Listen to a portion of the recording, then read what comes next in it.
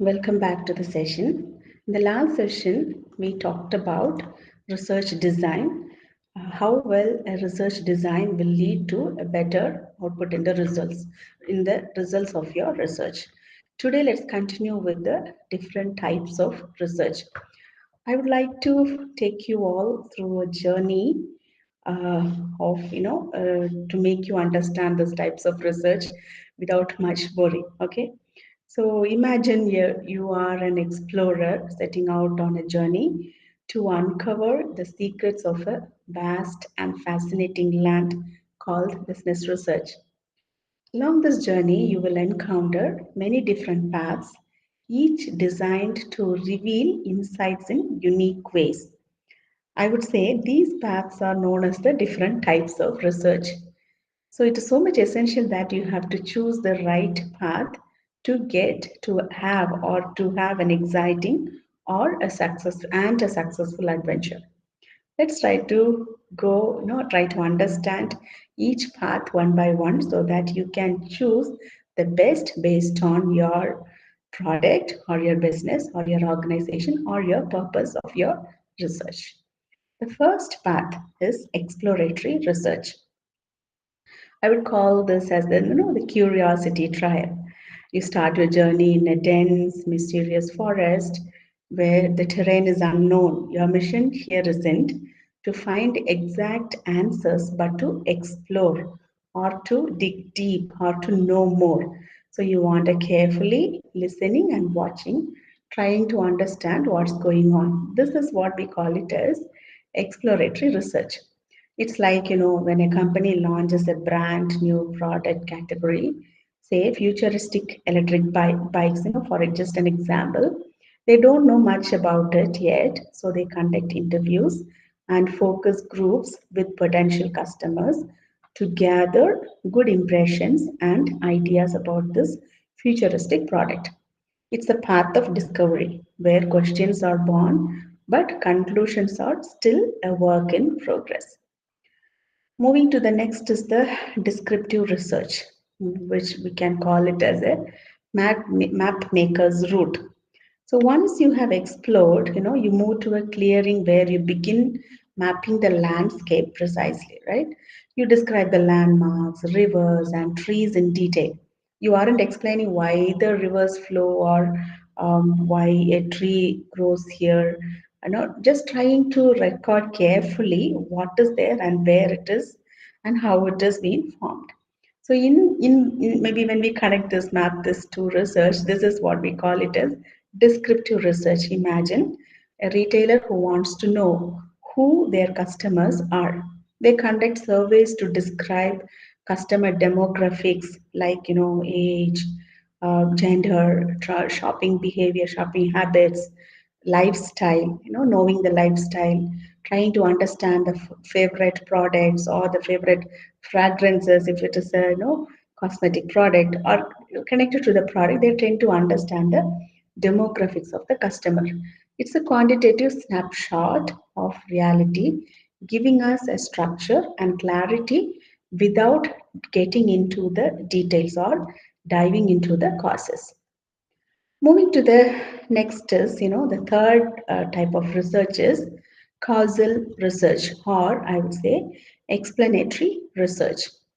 Here, it's like, you find yourself at a puzzle, a complex pattern etched into the rocks. You become a detective trying to figure out why these patterns are existing here.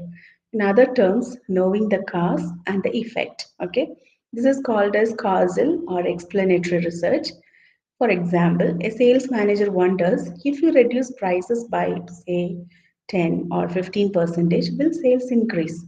They run experiments, try to identify, perhaps offering discounts in selected stores, and then compare the results.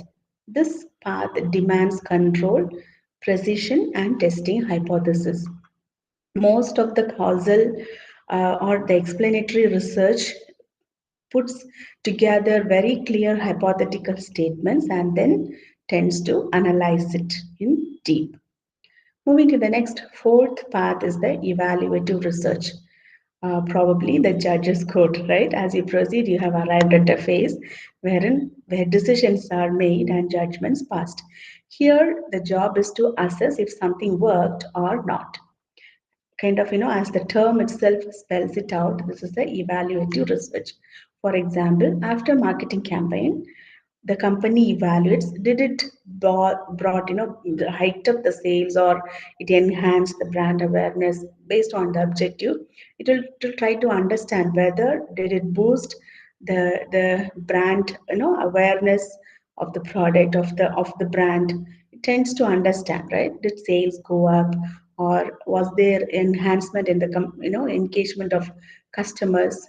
Trying to ask questions and evaluate in detail. This research judges the effectiveness of programs, strategies, or policies to identify or to recommend further improvements or enhance better decisions. Okay. Moving to the next type of researches, it's based on approach, which is qualitative, quantitative, or mixed methods, which is very common. Right, as the terminology itself tells us very clearly what is quantitative and qualitative. Let's try to understand a bit more. Okay. Qualitative, I would say it's a kind of storyteller, right? Representing qualitative research, they tell out, bring out detailed tales exploring feelings or opinions or motivations. For example, interviewing customers to understand their emotional connection with a luxury brand. Okay, it spells out, or it may not be the same. Maybe the one customer's expression of about the product may not be the same as that of other customer. It might vary, right? It's a kind of tale which gives us detailed understanding. Whereas quantitative researchers, like, you can connect it or think about statistician, representative, quantitative figures. They count, measure, and analyze numbers, turning data into measurable insights.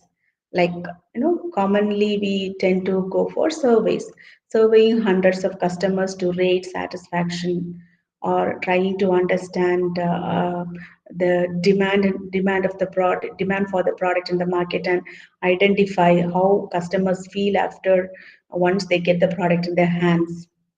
Okay, so it's like only measured based on quantitative data. Sometimes, where the researchers will tend to use both qualitative and quantitative approach together, which we call it as mixed methods.